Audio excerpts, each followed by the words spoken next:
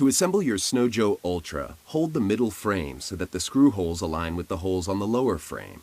Use the T-bolts, washers, and knobs to secure the connection on each side. Connect the upper frame to the middle frame in the same way.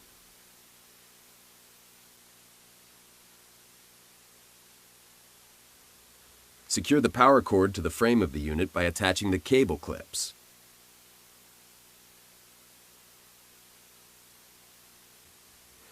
Lift the chute deflector until it locks into place and tighten the knobs on each side. Slide the upper chute crank into the lower chute crank and fasten with screw and nut. Insert the eye bolt on the upper chute crank into the center hole on the middle frame and secure with washer and nut. Connect your outdoor extension cord into SnowJoe Ultra's plug and you're all set.